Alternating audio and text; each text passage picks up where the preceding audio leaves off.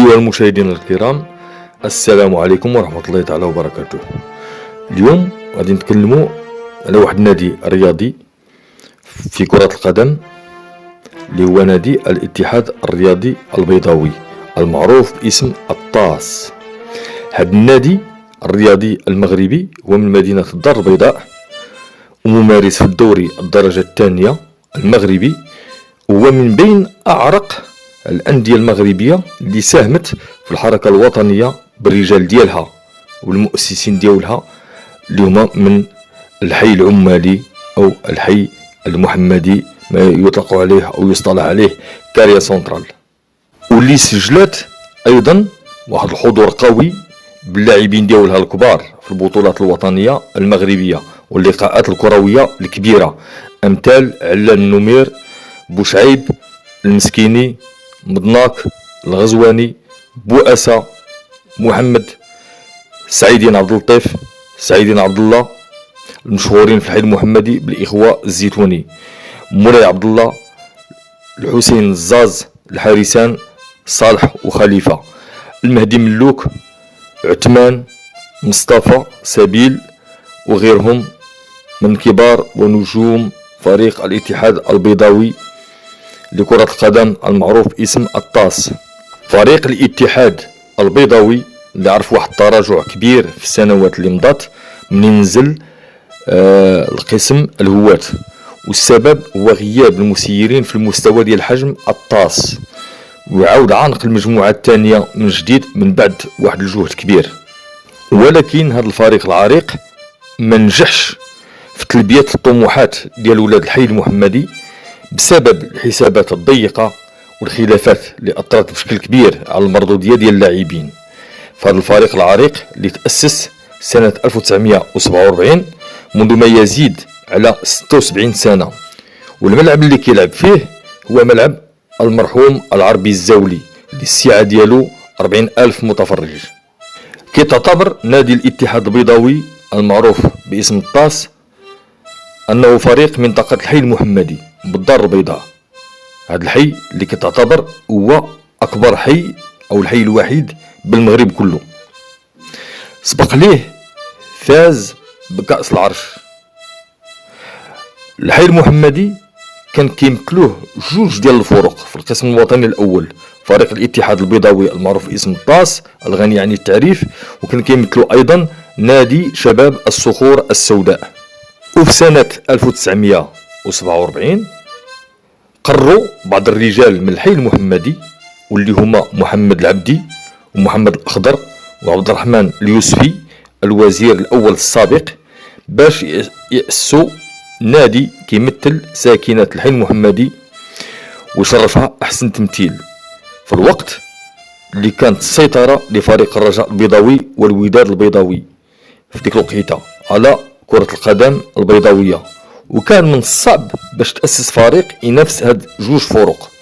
ولكن الرجال ديال الحي المحمدي نجحوا نوعا ما في خلق فريق قوي اللي خدا حب الناس وسيطر على قلوب وعشاق الساكنة ديال الحي المحمدي. وكان من بين الرجال ديال هذا الفريق المرحوم العربي الزولي اللي تقلد مهمة الرئاسة والتدريب في نفس الوقت.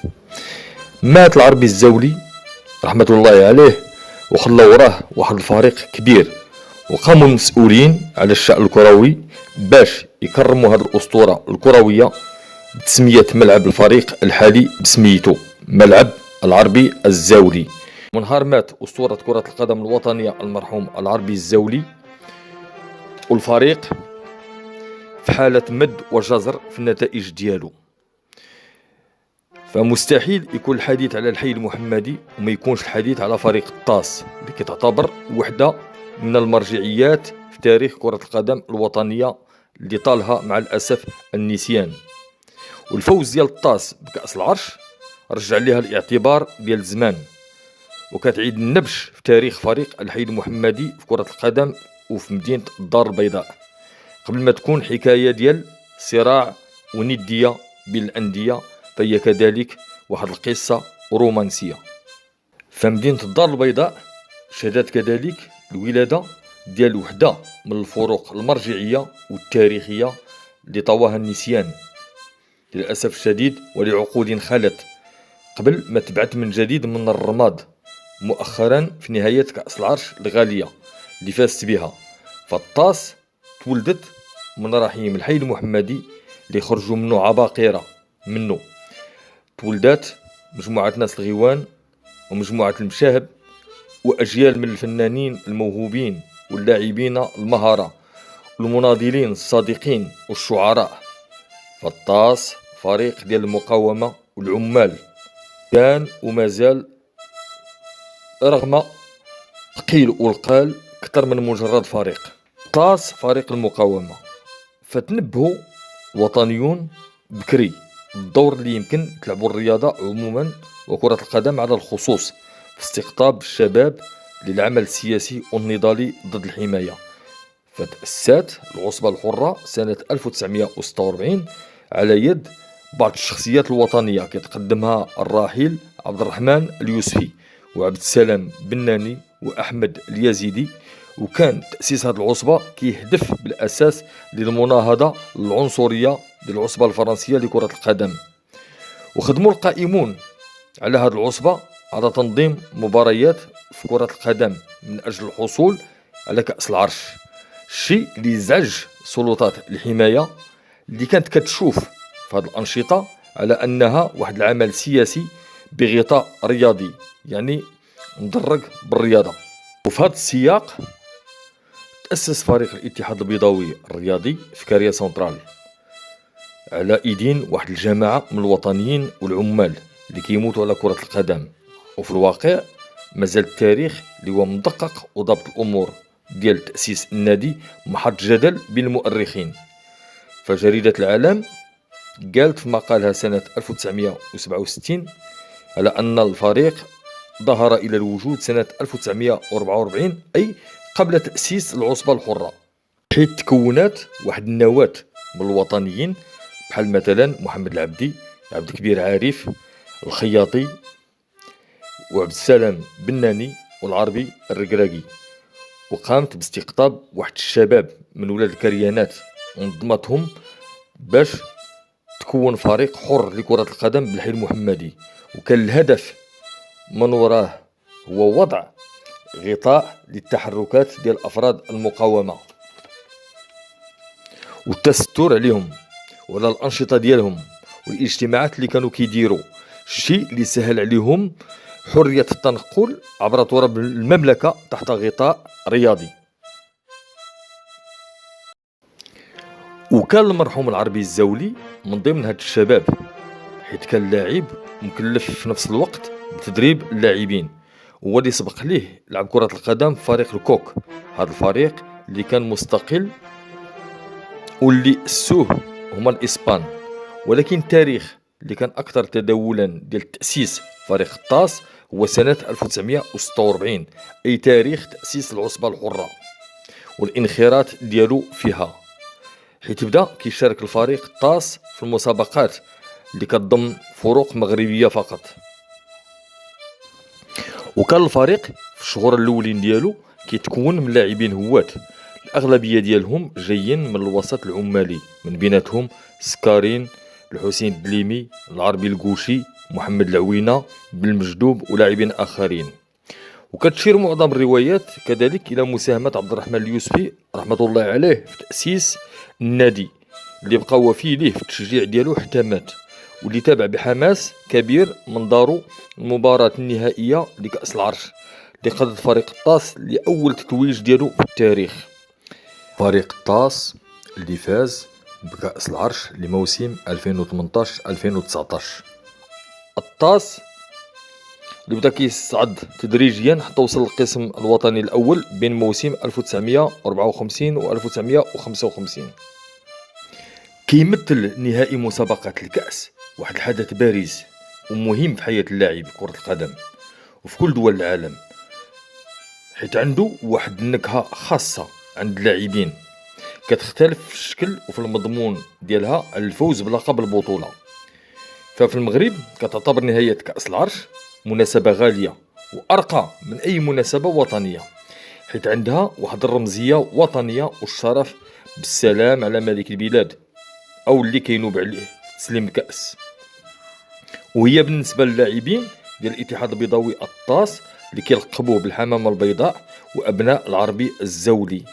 في هذه المناسبة عندها أكثر من دلالة، حيث جات مع ذكرى عيد الاستقلال المغرب عن الاحتلال أو الحماية الفرنسية في 18 نوفمبر 1956، حيث أبناء الحي المحمدي الأشاويس، هذا الحي العمالي المناضل، أبلوا البلاء الحسن في المقاومة من أجل استقلال المغرب، وقادوا وحدة من أشرس الثورات في وجه المستعمر بما يعرف بمقاومة كاريا سنترال. في النهائي إذن ما كانش نهائي عادي بالنسبة لأبناء كاريا سنترال، بل كان واحد الملحمة أخرى اللي سطروها ولاد الحي المحمدي بأقدام فريق عريق كان له باع طويل وكبير في تاريخ كرة القدم الوطنية، من خلال أسماء كبيرة اللي حفرت الاسم ديالها بأحرف من ذهب في تاريخ كرة القدم الوطنية. على سبيل المثال لا الحصر: بؤسة، الغزواني، نمير، باهير، وعاري، ومازي، قاسمي، كريمو، الشين، خليفة، بوشعيب، البصير، العربي الصغير، الزاز، قربال، المسكيني، البشير، فاتح، محمدات، والقوشي، حيدة، خوماني، فريكس، صلاح، عبد الغني، فايق، العضة، حبوبي، حكيمي، بركي، الغزلاني، وغيرهم من النجوم الكبار اللي ما دركش نذكر الاسماء ديالهم. يسمحوا لي اذا فيهم اللي باقي على قيد الحياه ولا ماتوا، يسمحوا لي عائلتهم عن عدم ذكر الاسماء ديال النجوم الكبار اللي دازوا فريق الطاس عبر الاجيال ديالو.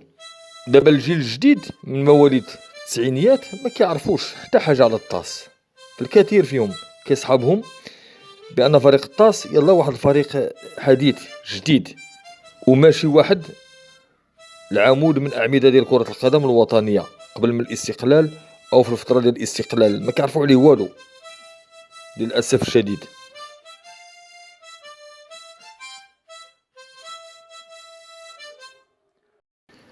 وماشي مشكل الا عاودنا ذكرنا المستمع الكريم بان الاتحاد البيضاوي او الطاس تاسس سنه 1947 على يد واحد المجموعه من رجالات الحي المحمدي، منهم محمد العبدي ومحمد الخضر وعبد الرحمن اليوسفي الوزير الأول السابق، والأب الروحي للفريق المرحوم العربي الزولي اللي أصبح أول رئيس ومدرب في نفس الوقت لفريق الطاس اللي كتعتبر أعرق من واحد العديد من الأندية المغربية اللي صالت وجالت في الملاعب الوطنية وداع الصيت ديالها بين الإعلام. وتصدر الاتحاد البيضاوي جدول بطولة المغرب فجر الاستقلال في موسم 1958 متقدما على عملاقي الدار البيضاء الحاليين الرجاء والوداد البيضاويين، وقبل منهم الراك ونجم الشباب والكاك والماس والفتح واسفي والستاد المغربي ومولودية وجدة ومازاغون المعروفة بالدفاع الحسني الجديدي والكوكب المراكشي وغيرها من الأندية المغربية. ومن المعلومات المهمة على فريق الطاس أن هذا الفريق العريق كان أول نادي مغربي كيأسس مدرسة لكرة القدم في المغرب، وهي المدرسة اللي وجه لها القصر الملكي في عهد الملك الراحل الحسن الثاني رحمة الله عليه بالدعوة سنة 1970 للإقامة في القصر الملكي ولإجراء مباريات ودية مع الأمراء آنذاك. وشكل الطاس كيف واحد العديد من الأندية المغربية في عهد الحماية الفرنسية غطاء لخلايات المقاومة ضد المستعمر، حيث كانت تحركات ضد رجال المقاومة في كاري سنترال كتكتم أو كتدرك تحت غطاء رياضي كينفي عليهم الشك ديال المستعمر في التنقل بين المدن وأحياء العاصمة الاقتصادية. وتلقى القبض على مؤسسي الطاس محمد العبدي وأحمد بن الحاج وغيرهم.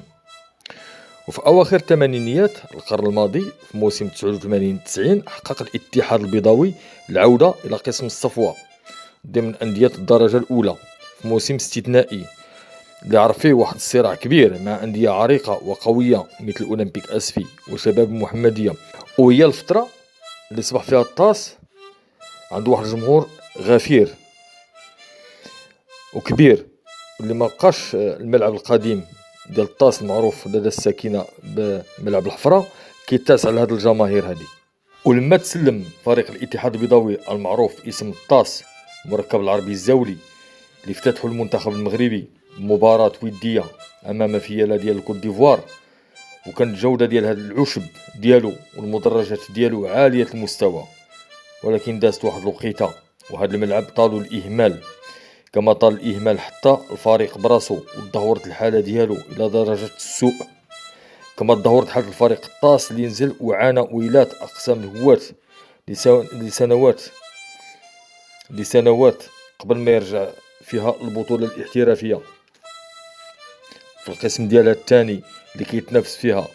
ومن نتائج مبهرة اللي حققها فريق الطاس الوصول ديالو لنهائي كأس العرش والفوز به، فهنيئا لأبناء المرحوم العربي الزولي بالفوز ديالهم بهذه الكأس الغالية، واللي هداوها بطبيعة الحال لروح شهداء الحي المحمدي ولروح الأب الروحي العربي الزولي وشهداء المقاومة في ذكرى عيد الاستقلال. وأصبح عيد ساكنة الحي المحمدي وكاريا سنترال عيدين في نفس الوقت. من بعد مرور واحد الفترة من الزمن قام المسؤولين على الشأن الكروي بالحي المحمدي بإعادة صيانة مركب المرحوم العربي الزولي في أبها حلة اللي ولا كيستضيف فيه فروق ديال البطولة الوطنية في أحسن الظروف. وقبل ما نختم، الشكر الموصول لكل الإخوة الصحفيين والكتاب والمهتمين والمؤرخين بالشأن الكروي على المعلومات القيمة اللي وظفتها في الفيديوهات ديالي، وكنتمناو من كل قلبنا باش أن فريق الاتحاد البيضاوي فريق المقاومة أنه ياخذ مبادرة إن شاء الله باش يمشي لقسم الصفوة. وكنتمنى من أعماق القلب ديالي باش أن فريق الاتحاد البيضاوي الحالي يعيد أمجاد فريق الاتحاد البيضاوي لسنوات الخمسينيات والستينيات والسبعينيات ويكونوا فيه والثمانينيات، ويكونوا فيه نجوم كبار أمثال موهوب الغزواني، علال النمير، وآسى وغيرهم من اللاعبين اللي عطاو الكثير لهذا الفريق هذا واللي عطاوه اسم كبير.